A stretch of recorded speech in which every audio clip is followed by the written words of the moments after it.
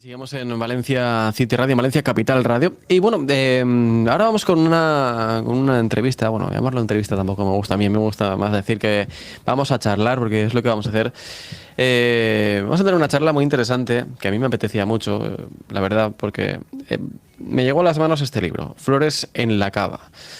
Un libro de Javier Beltrán Talamantes, un libro que ya así de inicio, no sé, no me dejó indiferente, ya me hizo un poco pensar. Y es que es un libro que nos va a ayudar a viajar, nos va a ayudar a viajar a Irán, que es la cuna del imperio persa, y con una cultura de 2500 años. Y vamos a ver cómo se va transformando en el siglo XX, objeto de la avaricia internacional en un estado en perpetua convulsión y conflicto. Hasta allí nos lleva esta historia que nos trae Javier Beltrán, al cual ya tenemos al otro lado del hilo telefónico, así que le damos la bienvenida. ¿Qué tal? Buenos días, Javier. Buenos días, Abel, ¿cómo estás? Muy bien, como decía, encantado de tenerte hoy con nosotros. Bueno, el otro día ya hablábamos por teléfono, fuera de antena, fuera de micros, y ya te lo dije, que me parecía un tema muy interesante el que nos traías en este libro que nos presentas. Pero cuéntanos un poquito para nuestros oyentes, ¿qué vamos a encontrar en Flores en la cava? Claro, con gusto. Pues verás, en realidad se trata de la historia de Irán a través de todo el siglo XX hasta nuestros días, pero está tramada, podríamos decir, con la historia personal de una persona y en realidad empezando desde su padre. Alguien a quien yo conocí, un iraní del que ya soy amigo, pues me contó toda su vida, y su vida está incardinada en el desarrollo de lo que ha sido la evolución de su país, desde los shahs, desde los reyes que habían allá, hasta el levantamiento que hubo en el que él participó para derrocar al shah, y después subió el ayatolá Khomeini, y él, siendo musulmán, quedó muy decepcionado por el radicalismo islámico que tenía y que no iba con él. Él es un hombre de paz, un musulmán de paz. Y entonces, pues bueno, todo eso le llevó a marcharse de allá, y está la historia de Irán mezclada con su historia personal, su migración, y al finalmente recala aquí en España, y por eso yo lo conocí. Es decir, que lo que has hecho ha sido coger una historia que te llega por parte de este hombre que ¿Sí? bueno, ¿cómo llega a tu vida él? Amir Karimi, este hombre en realidad yo lo conozco por azar. Yo digo a veces que dije en la presentación del libro que tuve muy buena suerte, porque para un escritor, aunque sea novato como yo, porque solamente tengo 2 novelas y unas pocas publicaciones, pues encontrar una historia tan profunda de casualidad, porque él es florista y entonces me está preparando un ramo. Yo no lo conozco, y me cuenta un retazo de su peregrinación a la Meca para adorar la Kaaba, de ahí viene el nombre, y una parte de su vida, pero me parece tan fascinante que me quedo con la copla y regreso años después a buscarlo y a pedirle permiso para su sorpresa de que quería que me contase más de su vida, y que yo iba a escribirla si me autorizaba. Entonces él se sorprendió bastante al principio, pensaba que su vida no era como para novelarla, pero realmente su vida ha sido trepidante. Le han pasado tantas cosas, y ha sido, digamos, tan dura la migración, y ha sabido abrirse paso, y él sigue enamorado de su país, Irán, pero llora por la situación en la que se encuentra, que yo eso, digamos, lo tenía que escribir, pero me llegó por azar. Después ya de tanto trato, de tantas veces que nos reunimos, me costó casi un año acopiar toda su historia y aprender historia de Irán del siglo XX para que estuviera bien urdida digamos, el gesto con el que he hecho mi novela, pues que luego ya la escribí y se la di, porque él era el verdadero protagonista, para que le diese un vistazo primero, y bueno, pues finalmente le pareció muy bien, y así lo hicimos. Le han pasado amores, ha tenido que emigrar a Estados Unidos, a París, ha estado en el umbral de la pobreza, se ha abierto paso en España. Le han pasado tantas cosas que yo creo que es algo interesante, porque en la historia personal de ese hombre también digamos, se acrisolan las historias personales de muchos iraníes que lo han pasado muy mal, y además de muchos musulmanes que tienen una visión de que nosotros los despreciamos, porque nos ha llegado una imagen del Islam muy torcida y muy fea, y la mayoría de los musulmanes se consideran nuestros hermanos y son personas como él, como Amir, personas absolutamente pacíficas y absolutamente bondadosas. Sí, la verdad es que ese punto en concreto en el que acabas de dar me parece clave, y es algo que es una realidad, existe esa islamofobia, ¿no? Como Sí, se lo denomina. Y es precisamente sí. por esa imagen distorsionada, difuminada de lo que es la cultura islámica, que como tú bien dices, es una cultura muy bonita y en el cual el respeto al que tenemos al lado es algo básico. Sí, así es.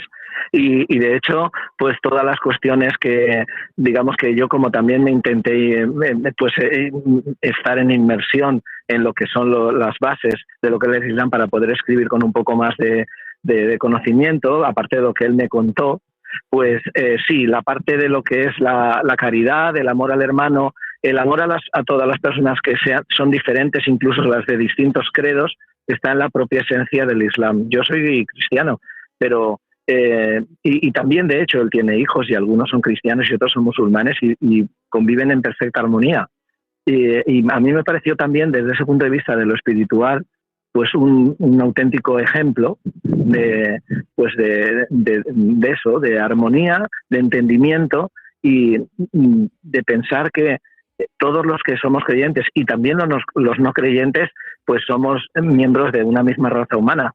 Y él, por curiosidad te digo, como no, en fin, te lo puedo contar, pues él, por ejemplo, ayuda en Caritas Parroquial, siendo que es una institución puramente cristiana. ¿Por qué? Pues porque le parece que es un modo estupendo de hacer el bien. Y después él tiene sus otros modos de hacer caridad, ayudar a las personas. Es una persona muy buena y sin ningún prejuicio. Y sin embargo, él en ocasiones se ha encontrado en España pues lo que no debería de haber, que en algunas personas, desgraciadamente, pues nos ha llegado quizá pues una visión distorsionada de lo que es una minoría, porque en realidad es una minoría. Sí, y, en fin. Ahí también eso es así. Aparte, es que justamente acabas de decir una cosa, es que una persona que bueno, que muchos lo verán con ese prisma de esa islamofobia, pues mira, tiene mucho que enseñarnos, porque para empezar, lo que tú decías, ¿no? Estrecha la mano con personas cristianas para hacer algo tan bonito como es ir a ayudar a los demás. Sí, así es. Es decir, que él, claro, pues si su esposa va a misa, pues la acompaña y se queda en la puerta. Él va a rezar sus 5 oraciones de diarias, y él es un musulmán creyente. Sí. Y también él me decía que tenemos una idea también confusa de todos los que están en Oriente Medio, porque en realidad los árabes o los moros, que aquí decimos a veces con desprecio, pues es un pueblo que arranca más o menos en el siglo VI, y ellos tienen una cultura milenaria más antigua que la nuestra. Antes de que los primeros griegos de la Grecia clásica abrieran la boca, hace 3.000 años, ellos ya tenían poetas, matemáticos, jardines de Babilonia, tenían literatos, tenían arquitectos, y en realidad todo el Oriente Medio no es Arabia. Ahora nos llega eso porque Arabia es un país poderoso económicamente, pero en realidad ellos dicen que hay cierta aversión en los persas, que a ellos les gusta autodenominarse persas, pues hay cierta aversión de que les traten como árabes, porque los árabes piensan que son como muy posteriores y muy atrasados desde el punto de vista cultural, porque ellos se consideran, y lo son, una cultura muy antigua, que lo que pasa es que ha caído en una situación.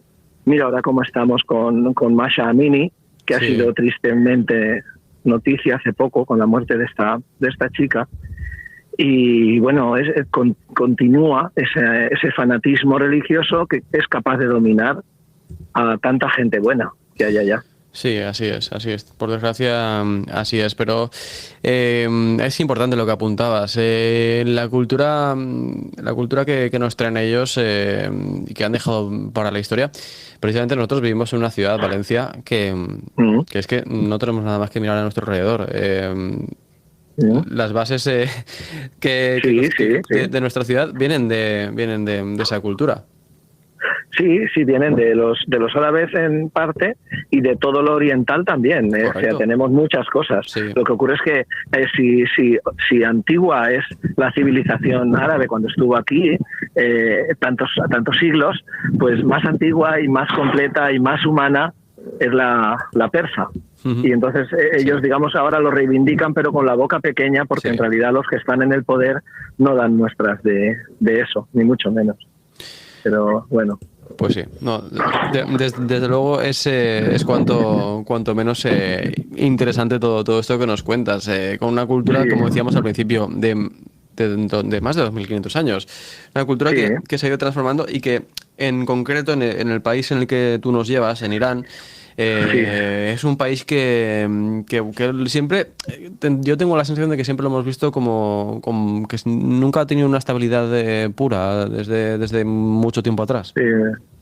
Sí, digamos que políticamente es un país que está muy convulsionado y ha tenido muchos movimientos de todo tipo. Ha sido invadido sucesivas veces y digamos que todo el mundo ha podido con ellos desde la perspectiva, digamos, político-militar. Por lo que yo me pude informar, pues han estado invadidos por los mongoles cuando hubo una invasión, y por los tártaros, han estado invadidos por los pueblos que actualmente ocupan la parte de Azerbaiyán, incluso por los que en su momento ocupan la actual Federación Rusa, por los turcos, en fin, han sido continuamente invadidos y ocupados, y no es un pueblo que haya sido, desde la perspectiva de poderío, excepto cuando Ciro II el Grande, pues políticamente ha sido un pueblo que ha sido continuamente pues apisonado por las distintas culturas, también por los romanos, y bueno, pues de todos modos, finalmente ya en el siglo XX, pues como había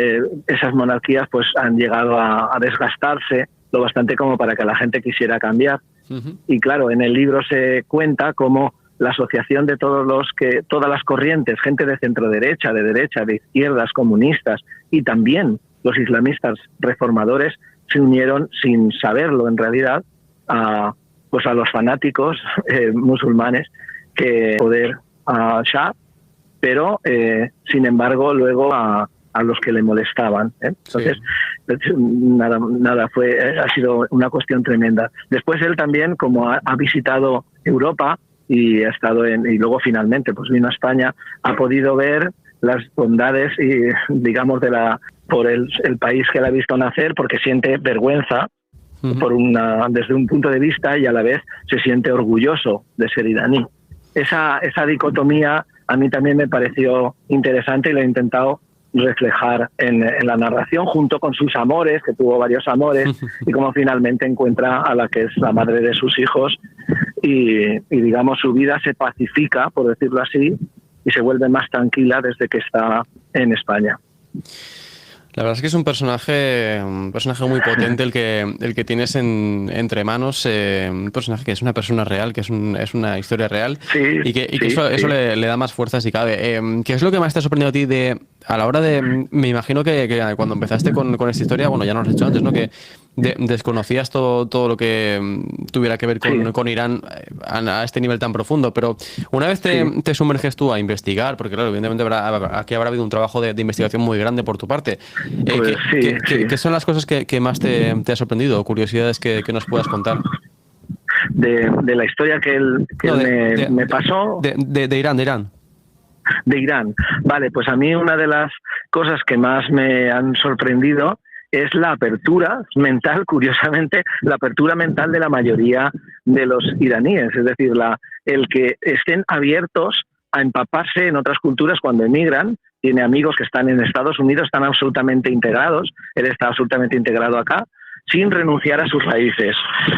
Esa especie de juego de seguir siendo iraní y llevarlo con orgullo, a pesar de que los gobernantes no se lo ponen fácil, y a la vez ser un español más, un americano más, un francés más, también estuvo en París, me parece que es muy, muy significativo. Y además, como no solamente lo he conocido a él, sino que después a su través he conocido a otras personas, amigos y amigas, pues me parece que es una una tónica en esta cultura, quizá porque su país ha estado siempre abierto a las distintas civilizaciones, teniendo la suya propia, pero es un país con esa apertura, esa poca cerrazón a lo que son otras influencias culturales, teniendo la suya, que es de gran calibre. También, desde el punto de vista ya de la persona, él me ha llamado mucho la atención. Amir, que por cierto, si quieres ahora te lo comento, pero es un nombre ficticio, él quiere permanecer en el anonimato, pues en él me ha llamado la atención, desde luego, pues esa fraternidad universal que él no es que la predica, sino que la practica. En lo personal, eso es lo que más me ha impresionado, desde luego.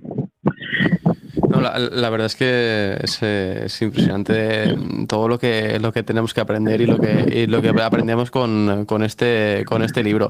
Un libro en el que también vemos una historia de lucha y de superación, ¿eh? Sí, así es. Este señor pues lo ha tenido difícil.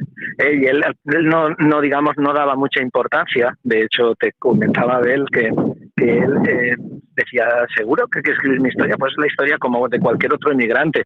Pero bueno, no, tiene unas connotaciones muy, muy distintas y a mí me pareció de gran interés. Y sí, no lo ha tenido fácil, desde luego. Hay veces que con la comodidad que tenemos, pues digamos, la clase media española, que piensas, bueno, tengo mis problemas aquí y allá, y lo comparas y dices, Dios mío, pero qué suerte he tenido. Porque en verdad han sido situaciones, algunas de las que él vivió, tan complejas y tan duras, como la de ver cómo ahorcaban a su maestro por pensar diferente que él, o como tantas otras, ver cómo lo detenían porque creyeran que estaba bebido. Tantas cosas que piensas, bueno, y tener que salir por piernas, porque en lo político estaba claro que no casaba con los integristas, pues piensas que nosotros estamos mucho mejor de lo que a veces presumimos.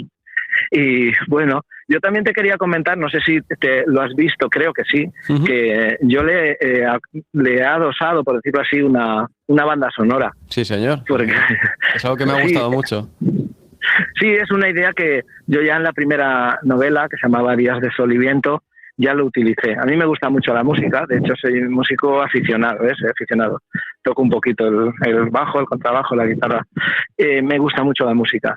Entonces, tanto en la primera novela como en esta, les he puesto, por decirlo así, una banda sonora elegida por mí, en este caso, claro, de música que es toda iraní o interpretada por artistas iraníes, la mayoría, y que yo sugiero al lector que en determinado momento, con un simbolito, con un play y un stop, pues que se ponga el corte siguiente que haya en una lista de Spotify.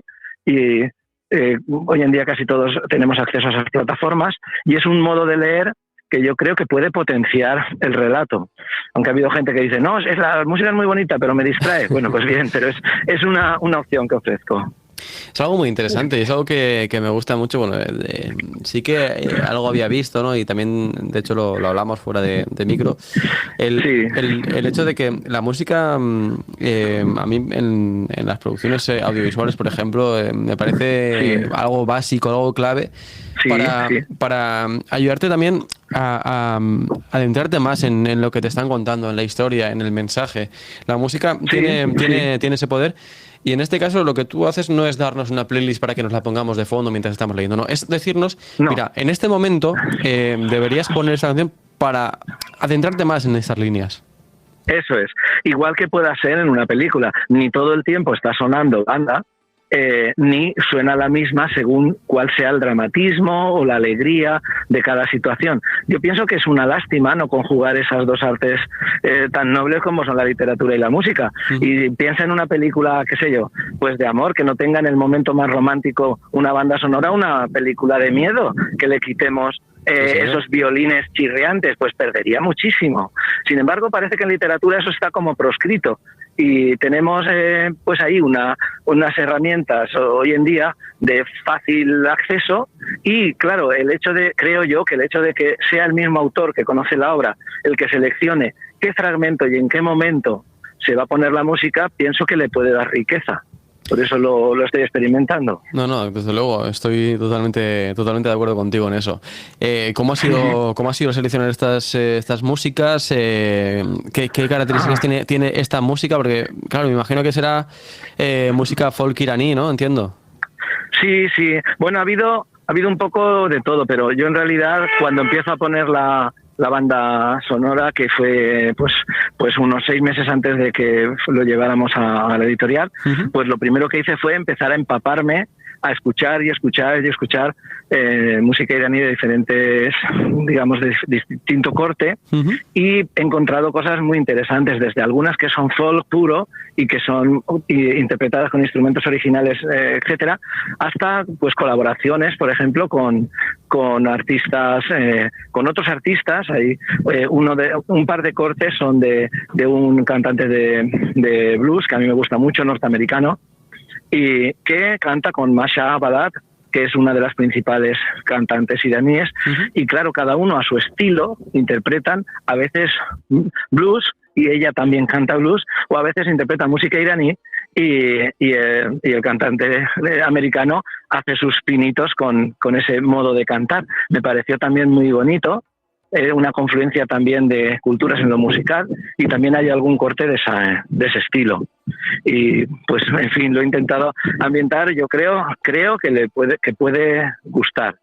Aunque igual te digo que hay personas que han dicho, no, es que la música me ha gustado tanto que me la pongo aparte, y si no me distraigo, digo, bueno, pues bien, tú verás. Es algo también llamativo, ¿no? Porque también la música al final nos ayuda también a enriquecernos a nivel cultural, y es verdad que como que cerramos filas, ¿no? Muchas veces a músicas que vienen de otras culturas, como en este caso la cultura iraní. Es decir, estamos acostumbrados a consumir, evidentemente, la música comercial que nos venden desde Estados Unidos, desde Europa. Sí. Pero ahora está llegando un poco de música coreana, pero bueno, no deja de ser el K-pop conocido, pero la música tradicional de diferentes zonas, como que no la conocemos tanto, ¿no? O sea, sí que conocemos la música tradicional del Mediterráneo, pero nos sacas fuera y como que nos perdemos.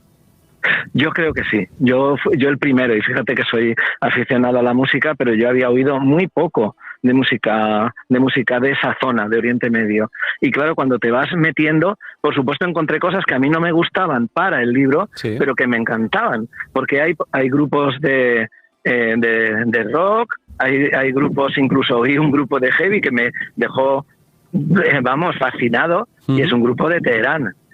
Y claro, hay músicos de todo tipo.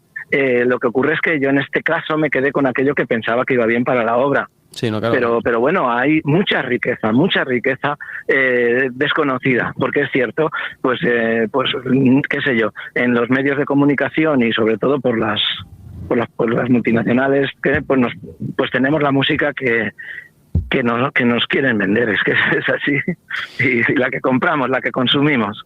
No, eso es evidente, pero sí que me parece interesante, ¿no? El punto de lo que tú decías de, bueno, es que hay grupos de rock, hay grupos de incluso de rock duro, de heavy, que además igual que pasa aquí, porque es algo que pasa aquí en España, por ejemplo, ¿no? Que vemos bandas de rock en español, o bandas de heavy en español, que a pesar de ser un género muy característico, ¿no? El rock, por ejemplo, el rock español tiene unas características muy particulares porque se influencia también de nuestra música tradicional española.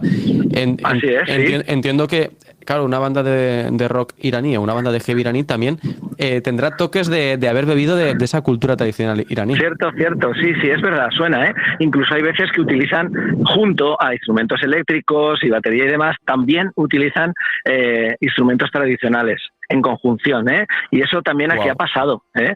Aquí ha pasado también con algunos grupos, tanto grupos que por ejemplo, el rock andaluz, que tenía que tenía muchas raíces flamencas, o igual que ha pasado con, no sé, con celtas cortos, pues por poner un caso. Eso es.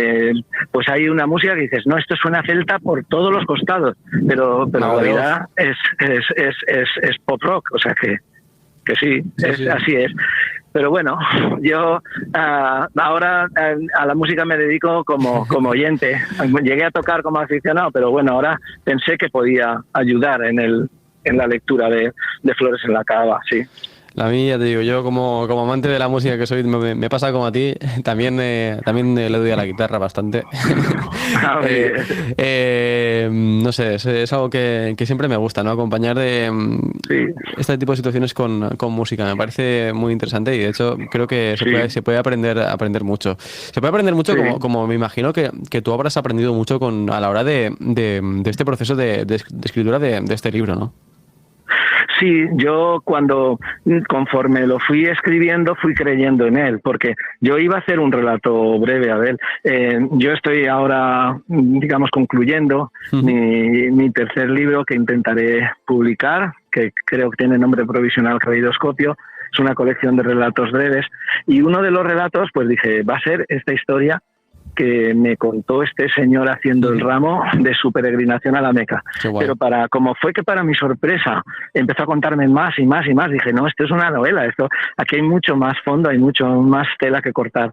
Pero te lo decía porque yo conforme lo he ido haciendo y se ha ido armando, por decirlo así, el relato, he ido creyendo en ella y me puse muy contento cuando lo ofrecí a las editoriales. Algunas me dijeron muy cortésmente pues que no les interesaba la línea o no les interesaba cómo estaba diseñada, y sin embargo finalmente NPQ Editores, que es del Grupo Sargantana, es un sello del Grupo Sargantana valenciano de Paterna, pues les dijo que sí les interesaba y ahí es donde publiqué. Entonces yo estoy satisfecho porque claro, el que alguien que sí que está en el mundo de los libros diga esto se puede leer, y bueno, y desde el punto de vista comercial, esto se puede vender.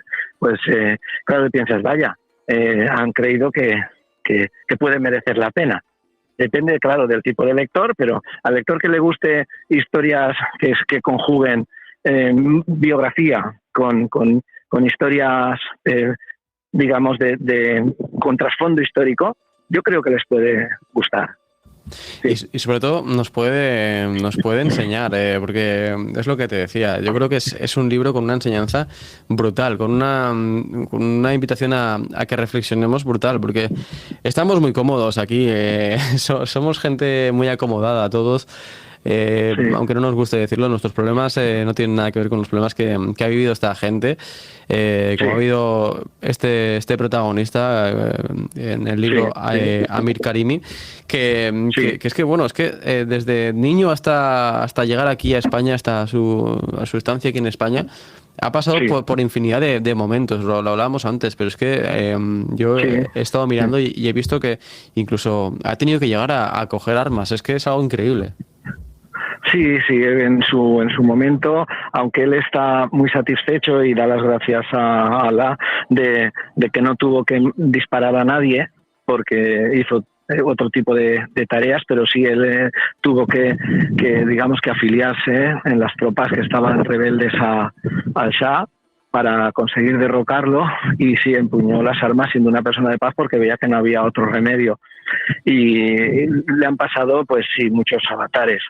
Y lo que ocurre es que finalmente él, como te comentaba, pues ha sido capaz de sacar lo más bueno de cada época de su vida, hacer una especie de síntesis, y me parece una persona que, teniendo estudios medios, no es una persona, digamos, con una formación muy elevada por sus circunstancias, me parece una persona muy sabia.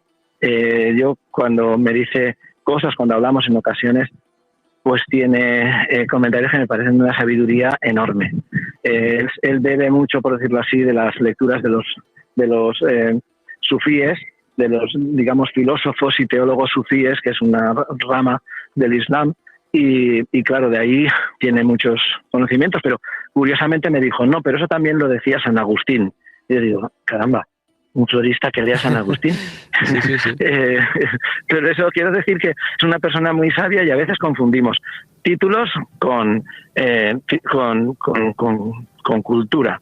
Confundimos mostrarse bondadoso con serlo. Y ahí me di un baño de realidad enorme conociéndolo, y por eso insisto en que he tenido mucha suerte de conocerlo.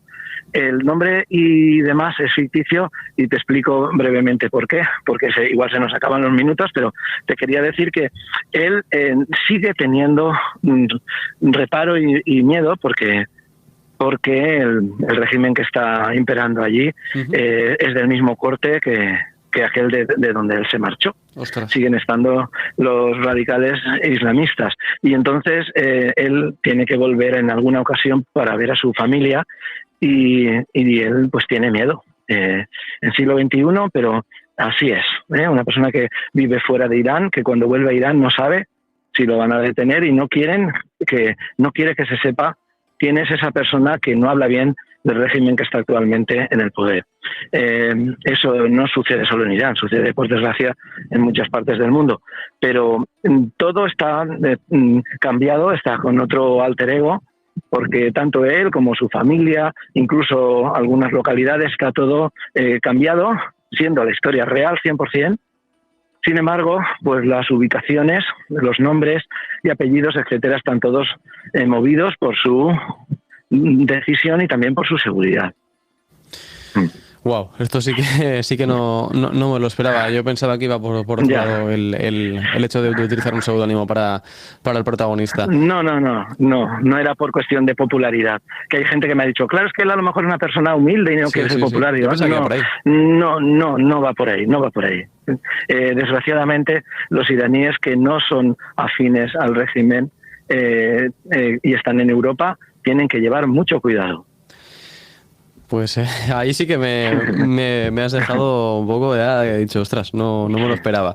Nos quedan apenas dos minutitos, pero sí que me gustaría preguntarte también, Javier, ¿cómo está recibiendo la gente este libro? ¿Qué te están diciendo de él? Pues bueno, estoy recibiendo algunas respuestas de gente que lo ha leído y me ha escrito a mi correo.